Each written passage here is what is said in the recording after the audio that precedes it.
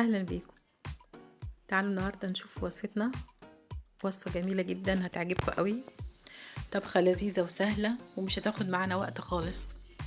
النهارده هعمل لكم الكشك الصعيدي. مكوناته طبعا زي ما انتم عارفين هتبقى بسيطه جدا ومش مكلفه خالص، وطبق سريع وينجز. لو ما عندكيش اي نوع خضار هتقدري تعملي دوت. لو عندك شويه كشك هتعمليهم كده ويطلعوا احلى طبق كشك. يلا مع بعض نبدأ ونشوف طبقنا النهاردة هيتعمل ازاي.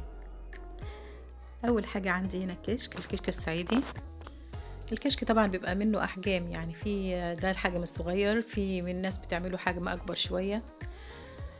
عندي هنا كوباية لبن، دول 3 معالق دقيق، ودي بصلة متقطعة، وطبعا عندي الشوربة وكمان متملحة وجاهزة بالملح والفلفل. اول حاجة هعملها هاخد كام حبة كشك كده على قد الطبخة اللي انا هعملها. ناخد كمان واحدة. هنبدأ بقى ايه، هننقعها في شوية شوربة سخنين.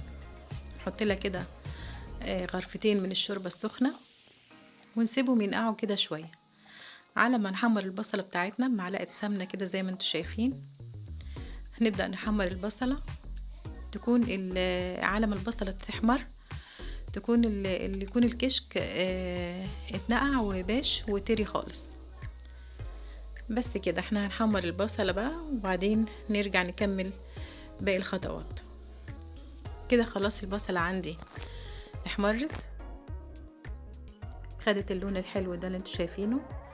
بعد كده هنبدأ ناخد الكمية اللي احنا محتاجينها من الشوربة على قد الطبخة اللي احنا عاوزينها. حطينا هنا فيها الكشك وهنسيبهم يغلوا على النار شوية. بعد كده هنزل بكوباية اللبن بتاعتي. مجرد بس كده ما يغلوا شوية صغيرين كده بالكشك عشان الكشك برضو يبوش معانا ويطرى اكتر، فهنسيبه يغلي شوية. بعد كده هنزل باخر حاجة هعملها ان انا هحط في الدقيق بتاعي شوية لبن، هدوبه كده بشوية لبن وهنزل بيه على الكشك عشان يظبط لي القوام بتاعه ويبقى قوامه متماسك وعامل زي البشاميل كده، كأنكم بتعملوا قوام البشاميل بالظبط.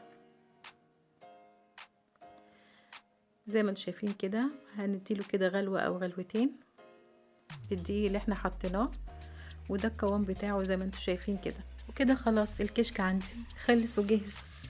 مفيش اسرع من كده. عمركم شفتوا طبخة سهلة كده وسريعة بالشكل ده؟ ما خدتش وقت خالص وسهلة وبتنجز. زي ما قلت لكم، لو ما عندكيش اي نوع خضار هتقدري تعمليه بسرعة. لو عندك شوية كشك في البيت هتقدري تعمليه. لو ما عندكيش كشك ممكن تعمليها بزبادي، لانه هو ليه طريقتين الكشك. ممكن الكشك ده بالكشك الصعيدي وممكن بالزبادي، بيبقى كشك المص وبتاكلوا احلى طبق كشك. يعني مش قادرة اقول لكم على طعمه وجماله وحلاوته. وهنزوقه كمان بالبصل اللي لونه يجنن ده، لون وردي طبعا، مش بنخليه غامق، بنخليه لونه فاتح وحلو زي كده. بنبدأ بقى هنا نرش البصل بتاعنا على وش الطبق، وبيبقى ده شكل الطبق بتاعنا النهارده.